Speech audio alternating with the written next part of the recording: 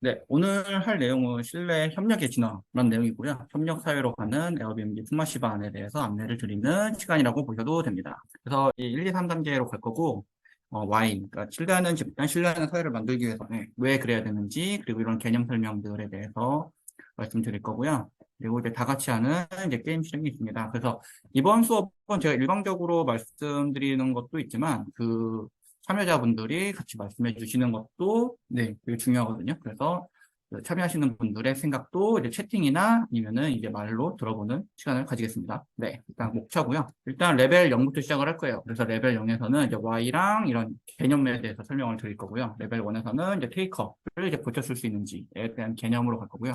레벨 2에서는 이제 리얼 킵으로 가는 길, 그리고 레벨 3는 이제 에어비앤비 품앗이반에 적용되는 내용을 말씀드릴 거예요. 네, 우선 레벨 0입니다. 네, 왜 해야 되냐?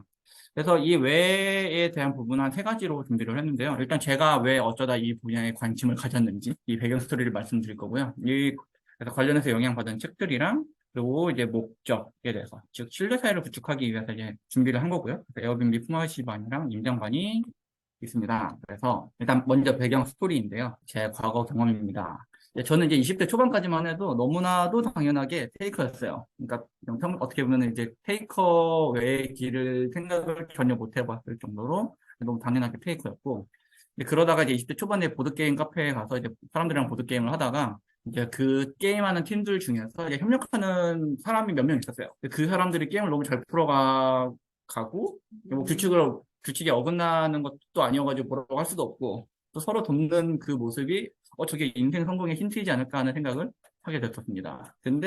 하지만 협력하고 싶어도 방법을 잘 몰랐어요. 뭐 지금은 이렇게 협력하려면 이렇게 된 거구나를 알지만, 당시에 너무 몰라가지고, 그래서 그때부터 고민을 되게 많이 했죠. 그래서 관심 책들도 보고 관련 주제를 이제 탐색하고 그랬습니다. 그래서 어떻게 하면 협력자가 될 수 있을지, 그리고 상대가 기버인지 매처인지 테이커인지 어떻게 알아볼 수 있을지, 그래서 협력하는 사회를 만들고 싶다 이런 생각을 했었습니다. 그래서 이 강의는 이런 고민에 대한 중간 결과물이라고 보시면 되고요. 네, 그래서 변화하게 된 계기가 있습니다. 일단은 개인적으로는 연애가 좀 1차적인 계기였을 수가 있는데, 이렇게 연애가 결국은 약간 밀당이기는 한데 그 밀당 속에서 결국 행복 마일리지를 계속 모으는 과정이라고 생각을 하거든요. 그래서 그 행복 마일리지가 일정량 이상 모이게 되면은, 네, 일정량이라기보다는 상당량이 모이게 되면은 결혼에 성공하게 된다고 생각을 해요. 저는. 그래서 물론 이제 네, 이게 좀 뭐 빠른 사람도 있고 좀 오래 걸리는 사람도 있을 수 있기는 할 텐데, 뭐 결혼을 하니까 이제 뭐 결혼은 진짜 사실 이제 협력하지 않으면은 이제 사람과 전쟁이 되기 쉬운데,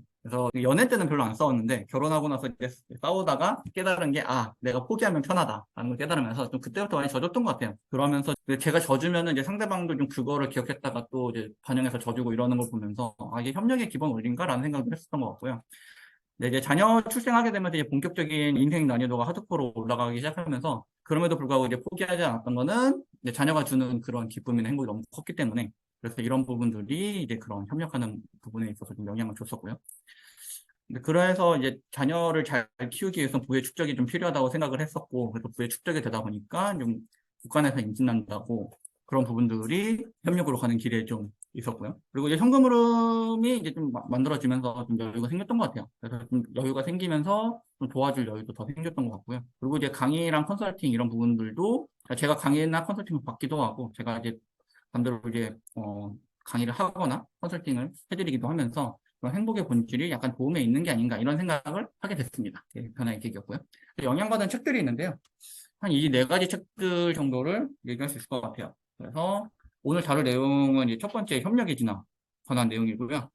두 번째는 이제 뭐 제가 개인적으로 굉장히 좋아하는 책 중에 하나인 이기적 유전자. 저는 이 책을 예전에 이제 처음 발견했을 때 3일간 거의 밤새가면서 봤던 것 같아요. 너무 재밌어가지고. 그리고 제가 한 30번은 본 책이 부의 기원이라는 책인데 이 책 내용들도 결국은 다 이런 게임 이론 그리고 협력을 어떻게 좀 과학적이고 수학적이고 좀 이론적으로 접근하는 그런 내용들이고요. 그리고 기브 앤 테이크가 사실 이 책들 중에서 아마 제일 쉬울 거예요. 아마 보고 오신 분도 많을 텐데. 그래서 기브 앤 테이크도 추천합니다. 그래서 이 네 가지 책 다 추천을 드리는데, 제일 쉬운 거는 기브 앤 테이크고, 제일 어려운 거는 부의 기원이지 않을까. 그래서 제가 그래서 많이 봤던 건데, 근데 또 내용이, 이거는 이제 그런 협력 말고도 좀 다양한 부분을 다루고 있어서 좋았던 책 중에 하나입니다. 그래서 오늘 다룰 내용은 저 네 개 중에 이제 첫 번째, 협력의 진화, 이제 신뢰의 진화라는 책인데요. 이게 이제 미국 초판이 이제 1984년에 출간된 책으로 한 거의 30년이 다 된 거죠. 30년? 40년? 40년인가요? 40년이 다 돼가네요. 그래서 되게 오래된 책이고, 저자는 로버트 엑설로드라는 책, 네, 미시간 대학교의 정치학과 교수입니다. 그래서 이분은 뭐 게임 이론이나 인공지능, 진화생물학, 그리고 뭐 수학적 모델링, 복잡성 이론 등에서 세계적 권위자라고 하시고요. 이런 다양한 책들을 쓰셨고요. 감명 깊게 본 분 중에 한 분이 이제 리처드 도킨스라는 사람인데, 이 리처드 도킨스가 이제 이기적인 유전자를 쓰신 분이에요. 그래서 이기적인 유전자 개정판에 이 내용을 한 두 장 정도 넣었다고 합니다. 그래서 이 협력의 진화라는 책은 사실 이게 처음 나온 이후에 22년간 연구 논문들이 폭포처럼 쏟아진 엄청난 책이라고 합니다. 그래서 이 책의 결론 중에 하나는 이제 성공을 하기 위해서 상대를 누르고 이기는 게 아니라 상대에서 협력을 이끌어내는 데 있다. 라고 하거든요. 이제 왜 why? 이제 세 번째는 이제 목적, 이제 신뢰 사이를 구축하기 위한 건데, 이제 왜 알아야 하는가? 신뢰하는 집단, 신뢰 높은 커뮤니티를 만들기 위해서 준비를 했고요. 그래서 인생을 좀 쉽게 살자라는 목적이에요. 그래서 난이도를 좀 쉽게 조정하는. 그래서 남한과 북한을 좀 비교해 볼 수가 있는데, 남한 같은 경우는 상대적인 기버 커뮤니티라고 볼 수가 있고요. 북한은 굉장히 적대적인 테이커 커뮤니티라고 볼 수가 있는데, 이런 북한보다는 남한에 가까운 사회를 만들고 그 남한 안에서도 좀 서로 도울 수 있는 커뮤니티 만드는 게 굉장히 중요하다라고 할 수가 있습니다. 그래서 에어비앤비 포마리시반에 이제 적용한다고 하면은 강의의 큰 모토 중에 하나가 일단 시작하는 거랑 그리고 그 시작을 했을 때 더 잘하는 거였거든요. 그래서 시작하기 위한 이제 초기 진입 장벽을 최대한 낮추는 거고, 그래서 이제 저의 경험 레버리지를 이제 이용하셔서 더 잘하는 방법으로 가시는 거고, 그래서 이제 포마시반까지 간다고 하면은 이제 기버 커뮤니티에 소속돼서 이제 서로의 성장을 돕는 그런 내용이라고 보시면 됩니다. 그래서 신뢰의 가치.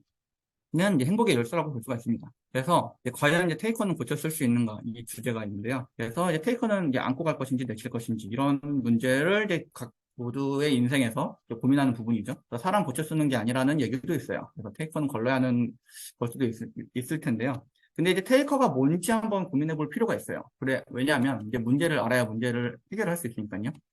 그래서 테이커가 테이커인 이유를 알아볼 거예요. 그래서 그 부분에 대해서 일단 접근을 할 거고요. 예, 두 번째로는 이제 왓에 대한 개념, 즉 시작하면서 이제 필요한 개념들이 있는데요. 이런 신뢰에 대한 정의, 그리고 진화에 대한 개념, 게임 이론이나 죄수의 딜레마, 그리고 기버 매처 테이커 이런 부분에 대한 개념을 다룰 거고요. 네, 일단 신뢰라고 하는 거는 이제 백과사전식 설명을 갖고 오자면은 예상되는 손해를 감수하더라도 상대방의 의지를 받아들이고 따르려는 자발적인 태도 라고 합니다. 그래서 다른 사람을 신뢰한다는 거는 어떻게 보면 사람 보는 눈이 있다고도 볼 수가 있어요. 제대로 된 사람이라고 한다면. 근데 이제 재밌는 건 이제 신용과는 다른데, 신뢰는 기본적으로 상대방을 믿는다는 거거든요. 그냥 일단 한번 아직 못 믿을 일이 없었기 때문에. 근데 신용은 너를 못 믿겠다는 뜻이에요. 그래서 신용 거래 기록을 보고 직업이나 담보 같은 거를 통해서 이건 되게 굉장히 자본주의적인 개념이죠. 그래서 신용카드는 너를 못 믿기 때문에 그 사람의 기록이나 아니면 그런 그 사람의 과거 행적 아니면은 직업 이런 것들을 평가해가지고 나온 게 신용카드인 거고, 그래서 신뢰카드라고 하지 않는 이유예요. 그다음 이제 진화인데요. 보통 이제 진화라고 알고 있는 게 이거죠. 피추에서 피카츄가 됐고 라이츄. 이게 굉장히 이제 사람들이 진화에 대해서 많이 오해하고 있는 개념인데 사실 이거는 진화가 아닙니다. 그래서 진화는 굉장히 가장 오해가 많은 개념 중에 하나고, 그래서 포켓몬스터의 진화는 진화가 아닙니다. 그럼 뭐라고 불러야 할까요? 혹시 아시는 분 계신가요? 과학용어인데 전태입니다. 네, 태를 바꾸는 거거든요.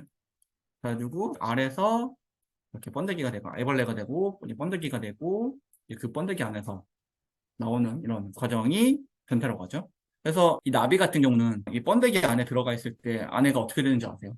그러니까 여기 이 애벌레에서 이 나비로 가기 위해서 등에서 날개가 자라고 앞에 이제 뭐 더듬이가 다시 나오고 다리가 다시 나오고 이럴 것 같지 않나요? 아니, 모르시는 것 같으니까 그냥 설명할게요. 이 애벌레가 번데기로 들어가려면은 완전히 액체로 변해요. 액체. 예. 그냥 완전 스프 상태가 돼서 이때 구멍을 내거나 잘라지면은 그냥 액체가 다 쏟아지고 끝나요. 우와. 그래서 완전히 그러니까 액체가 돼서 그러니까 뒤에 유전자적으로 완전히 아예 다시 만들어져요. 네, 그 영상으로 보시면 되게 충격적일 텐데, 네, 굉장히 재밌는 내용인데. 그래서 이런 게 변태고요. 일단 그게 그다음에 게임 이론이란 이제 죄수의 딜레마라는 내용은 아마 이런 거 보신 적 있을 거예요. 그래서 이제 검사가 이제 두 명의 용의자를 붙잡아 놓고 얘네가 이제 범인이라는 거는 정황상 알겠는데 증거가 없는 거예요. 그래서 자백만이 유일한 조건일 때 이제 둘 중에 일부러 둘을 이제 떼어놓고 네가 자백 안 하면 제가 자백할 거다. 이런 식으로 해서 둘 다 자백하게끔 만드는. 둘 다 자백하면은 5년이고, 둘 다 부인하면은 1년. 왜냐면 증거가 없으니까. 근데 너만 자백하면 석방을 시켜주겠다. 근데 너만 아니라고 했는데 상대방이 자백을 하면은 너는 10년 사는 거다. 그래서 이런 식으로 죄수의 딜레마는 나눠지는 거거든요. 그래서 내가 여기서 어떤 거를 선택을 할까 결정을 하는 게 사실 이제 게임 이론이 시작된 가장 단순한 모델 중에 하나예요. 그러니까 이게 결과만 놓고 보면은 둘 다 짧게 지내는 서로가 서로를 이제 믿을 수가만 있다고 하면은 징역 1년 사는 게 가장 베스트죠. 왜냐면 둘 다 자백하면 이제 징역 3년으로 갈 수 있으니까. 결국은 둘 다 자백하는 길로 갈 수밖에 없다. 그러니까 서로가 서로를 못 믿기 때문에. 근데 서로가 서로를 완전히 믿으면은 이제 서로 도울 수 있는 게 되는 건데 이제 죄수의 딜레마가 이제 무조건 이제 서로 배신한 쪽으로 가는 이유는 이게 한 번만 하기 때문이에요. 그 다음 기회가 없기 때문에. 그래서 근데 그 다음 기회가 있다고 하면 이제 얘기가 달라져요. 그러니까 내가 한번 그 다음 판에서 제가 배신할 수 있으니까. 그래서 그런 부분들이 고려돼가지고 이제 몇 번까지 했을 때 서로에게 이익이 되느냐. 그런 부분의 게임 이론인 거고요. 죄수의 딜레마 게임을 이제 반복적으로 계속 하는 거예요. 그래서 최대 이익을 얻을 수 있는 로직을 겨뤄보는 대회를 열었는데 그래서 이걸 이제 200번을 수행을 했었고요. 뭐 그래서 보수표는 뭐 협력을 했을 때는 상을 받고 배반을 하면은 배반한 사람이 5를 먹고 협력한 사람은 못 먹고 둘 다 배반하면 1밖에 못 먹고 이런 결과였는데 재밌는 거는 이제 그 결과에서 네, 전 세계 뭐 경제학자나 수학자, 컴퓨터 공학자 뭐 다 달려들어서 다양한 전략을 제시했지만 이제 우승한 알고리즘은 이제 가장 단순한 티포텟이라는 전략이었어요. 그래서 네 줄짜리 프로그램이었고 내용은 되게 단순했어요. 상대가 협력하면은 나도 똑같이 협력하고 배반하면은 바로 응징하고 내가 응징하더라도 상대방이 그때 협력을 했다고 하면은 이제 다시 용서해서 다시 그때부터는 다시 서로 도울 수 있게끔 하는 단순한 프로그램이었고 그래서 결과는 이제 되게 흥미로웠던 것은 이제 낙관적이고 협력적이며 명료한 일관성을 보인 프로그램들은 쾌거를 거두었고 비관적이고 배신과 영악함을 반복하는 프로그램들은 형편없는 점수를 기록하였다.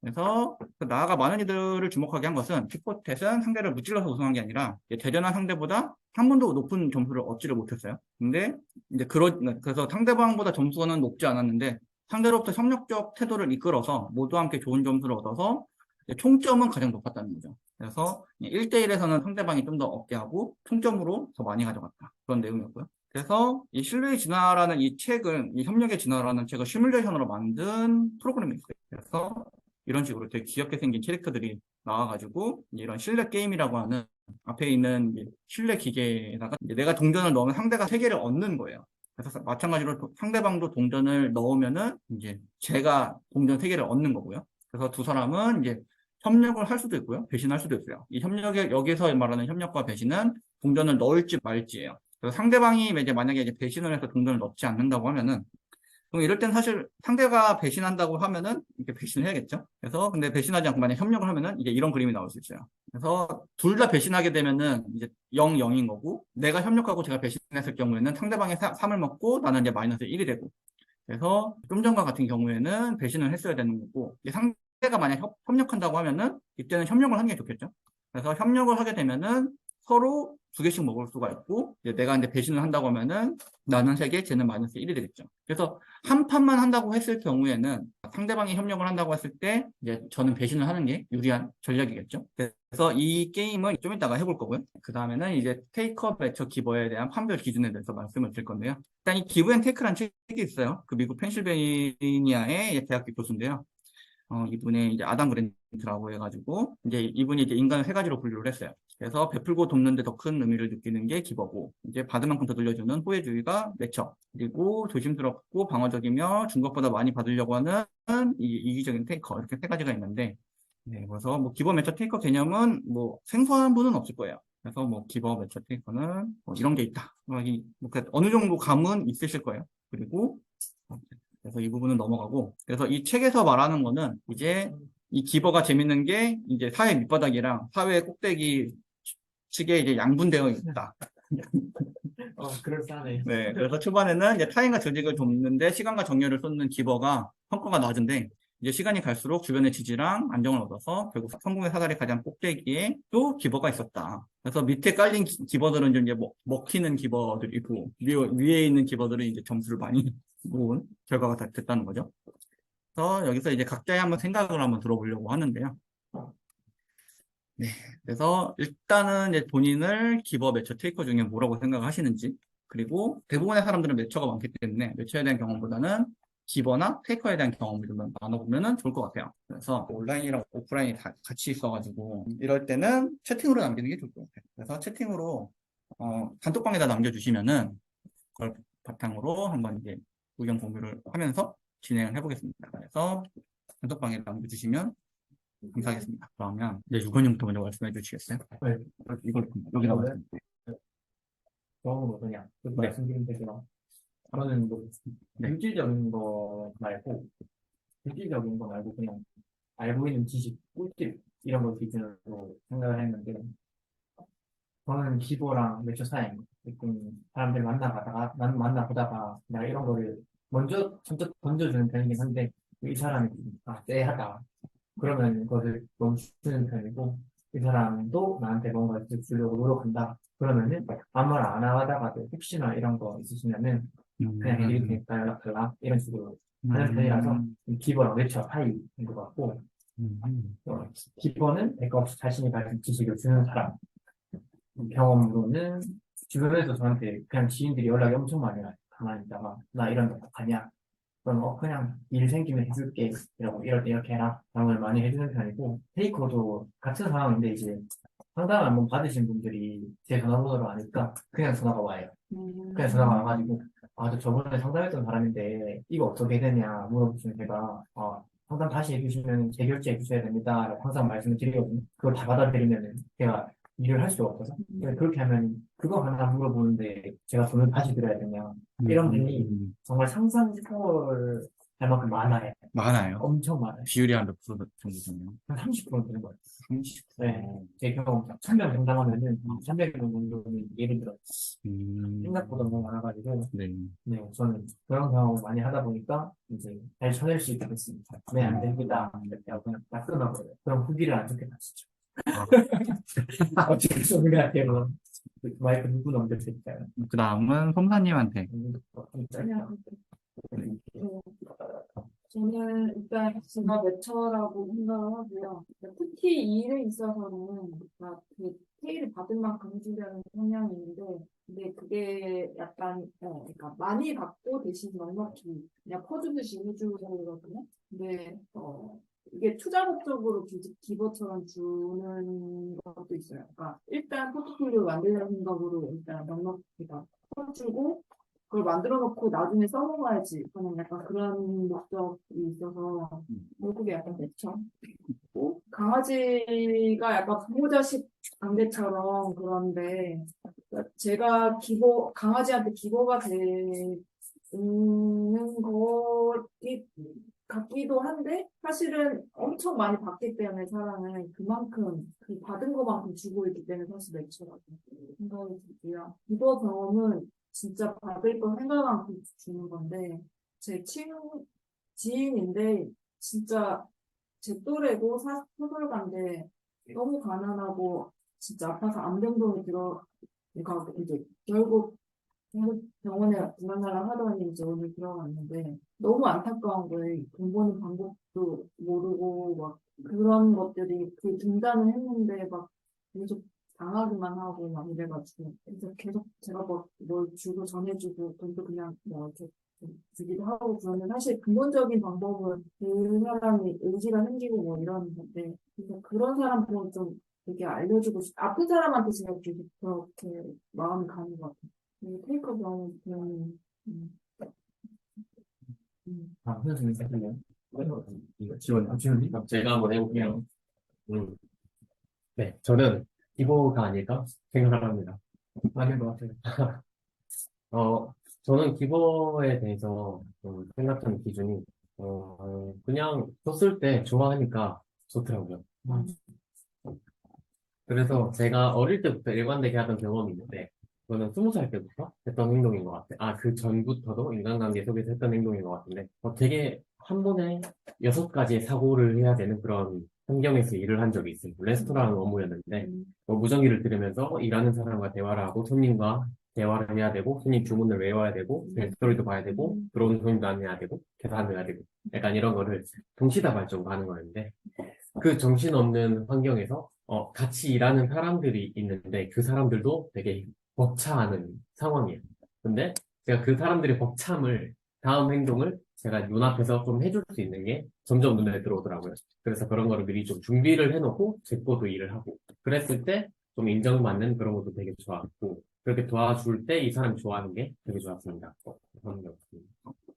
그리고 테이커에 대한 기준이라고 제가 뭐라고 했죠? 자기 있게 들어왔을 때 가능한 사람.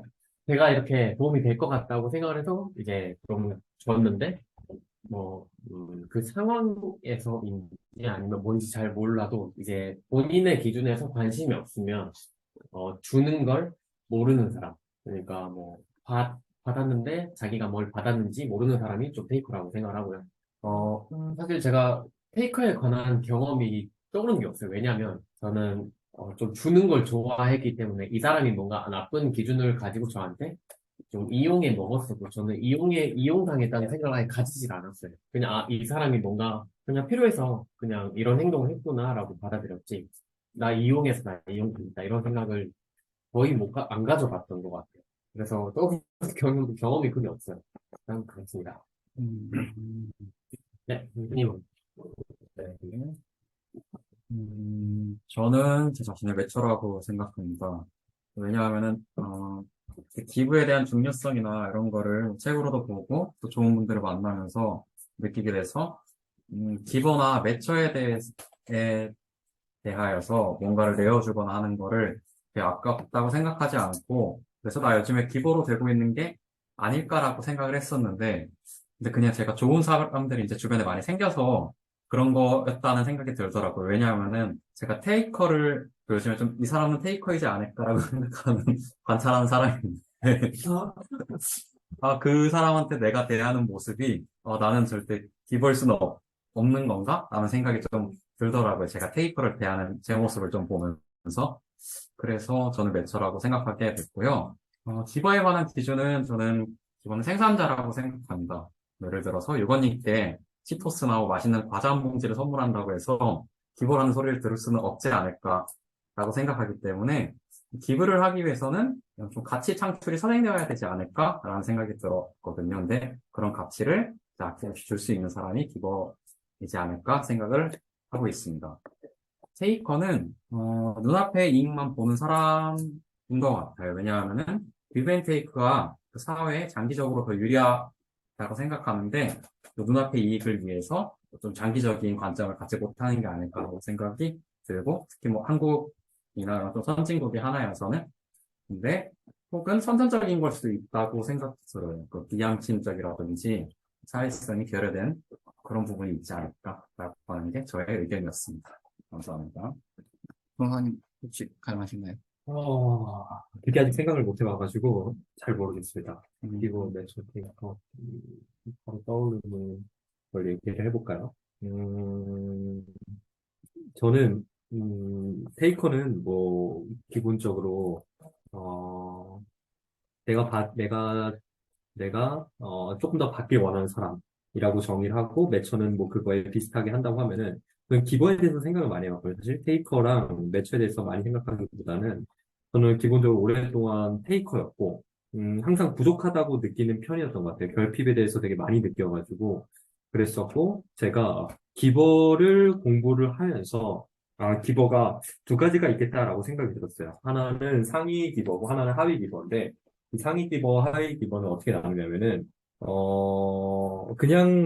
그냥 주는 사람을 보통 우리가 기버라고 전화하는 것 같고, 그리고 상위 기버는, 내가 그 사람에게 맞는 걸 주는 거를 상위 기버라고 하는 것 같아요. 저는 그렇게 분류를 해요. 그래서 흔히 많이 주면 호구가 된다고 하잖아요. 그래서 그 부류는 이제 하위 기버인 것 같고, 그리고 그 사람에게 정말 필요한 거를 잘 주는 사람이 상위 기버이지 않을까라고 생각을 합니다. 음. 감사합니다. 네. 네, 줌으로 참여하시는 분 중에 혹시 발언하실 분 계신가요? 채팅을 안 남겨주셔가지고, 네, 지금 계신 분이 없는 것 같으니까 계속 진행하겠습니다. 네, 그 다음에 이제 레벨 1인데요. 근데 제 생각은 이렇게 이걸로 말씀드릴게요.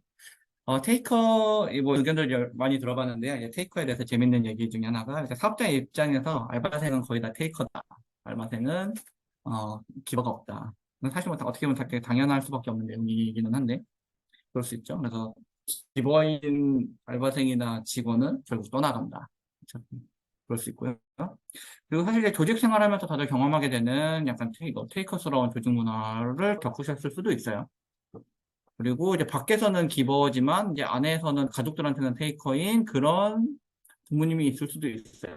그래서 테이커는 좀 약간 그런 상대의 시간을 좀 하찮게 여기는, 그래서 힘이 필요할 때는 네, 반대로 자기가 뭔가 요청을 받으면 귀찮아하는 티가 나는 그런 사람이 가끔 있죠. 그래서 테이커를 판별하는 기준은 일단 뭐 이론상으로는 뭐 항상 배신하는 사람이라고 하는데 일종의 병적인 현상일 수도 있어요. 그러니까 사이코패스나 소시오패스처럼 그래서 사회적인 약속을 못 따라가는 경우일 수도 있고요.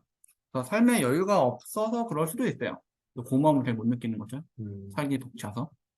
그리고 이제 시야가 좁은 이제 미시적 관점을 가지고 있을 수도 있고요. 그래서 이제 받는 것만 좋아하는 건지 아니면은 뭐그 좋고 싫고를 떠나서 그냥 받기만 하는 건지일 수도 있는데 그래서 뭐 여러 번 얻어먹고 본인은 쏘지 않는다거나 그래서 약간 이런 정량적인 교환 비율의 문제일 수도 있어요. 그래서 3번 얻어먹어야 한 번 쏠까 말까 이럴 수도 있고요. 그래서 그런 어떻게 보면 시도 횟수도 중요할 수 있고 근데 재밌는 건 이제 테이커도 급이 있습니다. 그래서 테이커도 일단 상급 테이커가 있고 중급이 있고 하급이 있는데 이 상급 테이커는 이제 테이커 중에서도 이제 가장 최상위 포식자 그래서 테이커를 잡아먹는 테이커고요.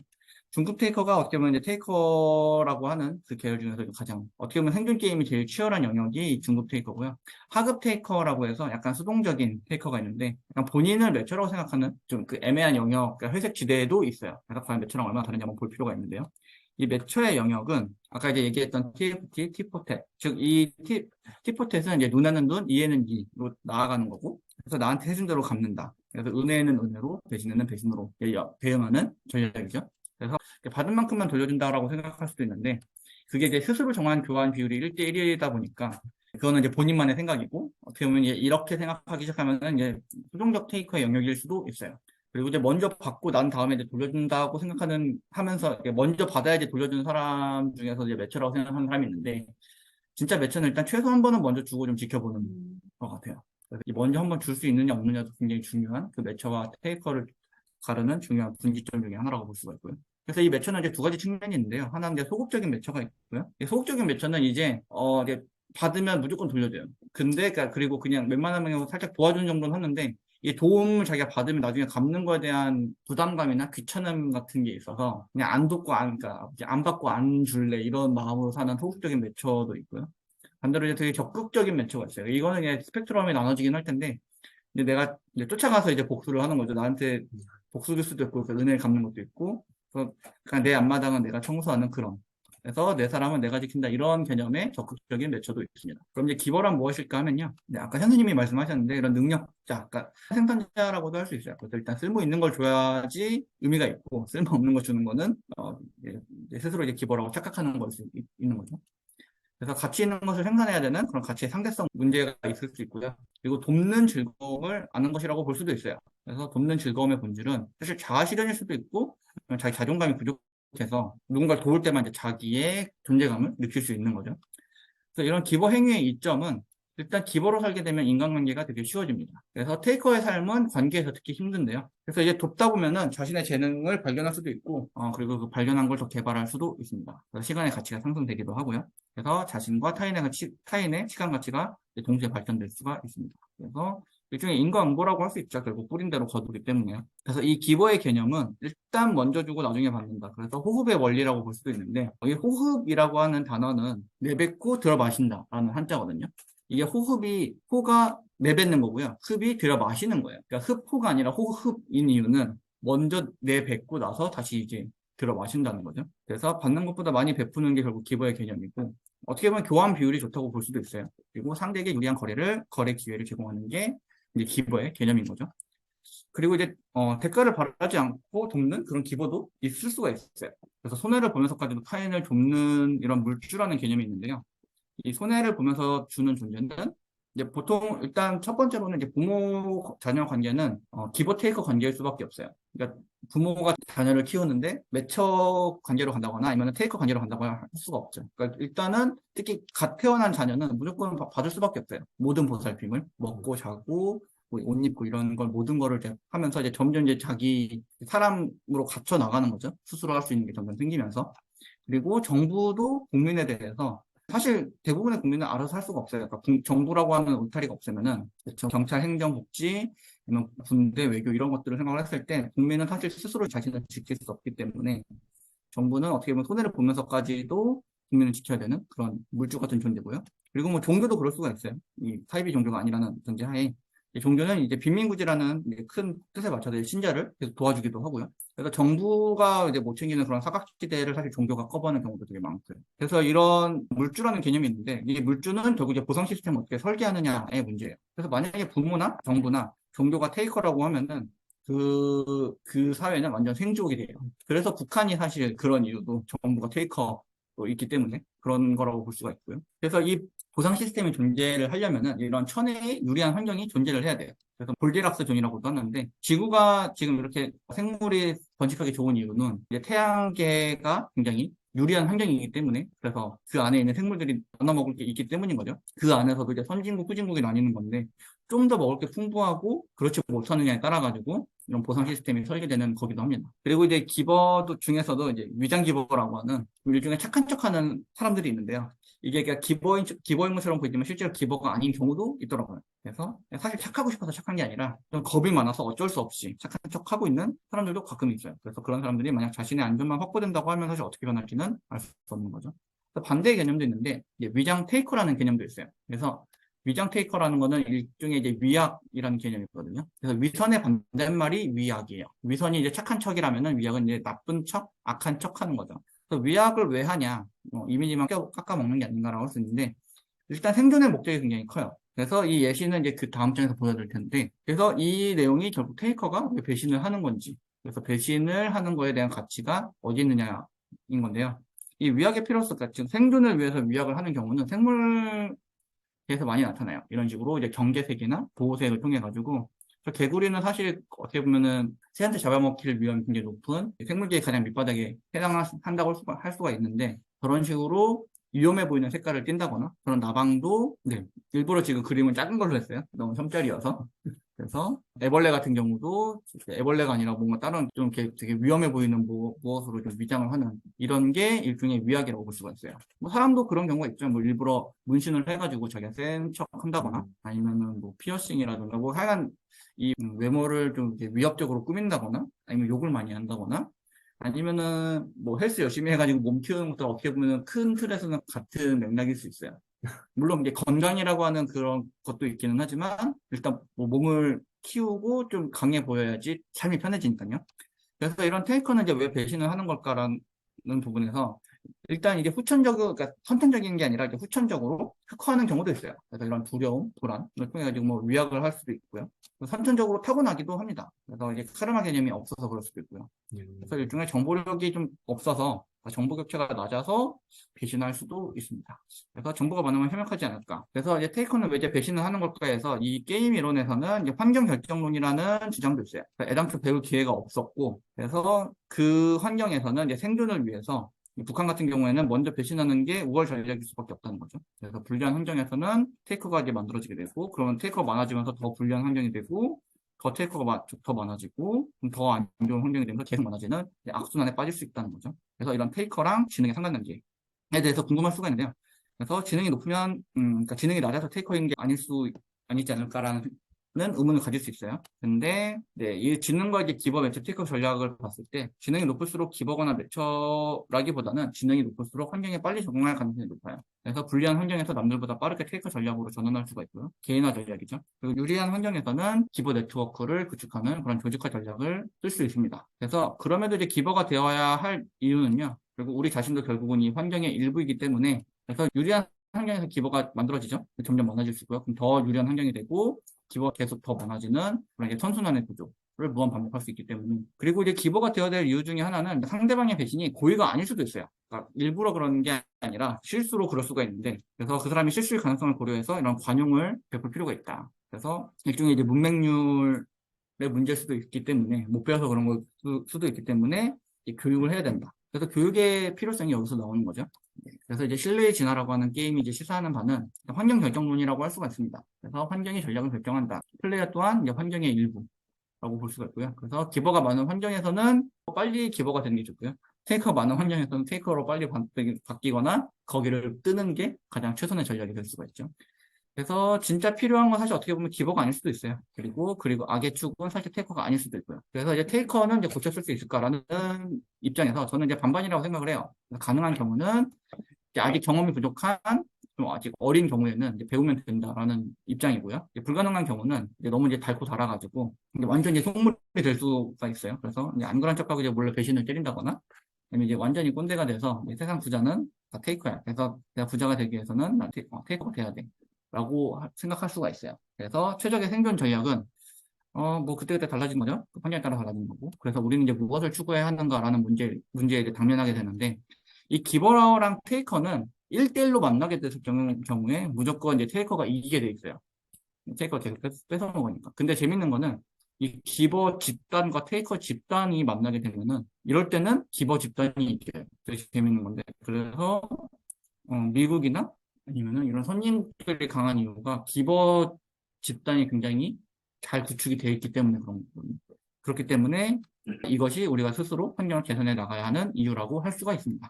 그래서 오늘은 이제 그런 신뢰사회 구축하는 방법에 대해서 알아볼 건데요. 오늘 한번 이제 시뮬레이션을 시간 내서 돌려볼 거예요. 그래서 네, 이런 게임이고요. 지금 이제 6시 23분이니까 한 5분만 쉬었다가 이 게임을 해보고 그리고 이제 그거에 대한 결론을 말씀드리고 끝내겠습니다. 감사합니다. 네.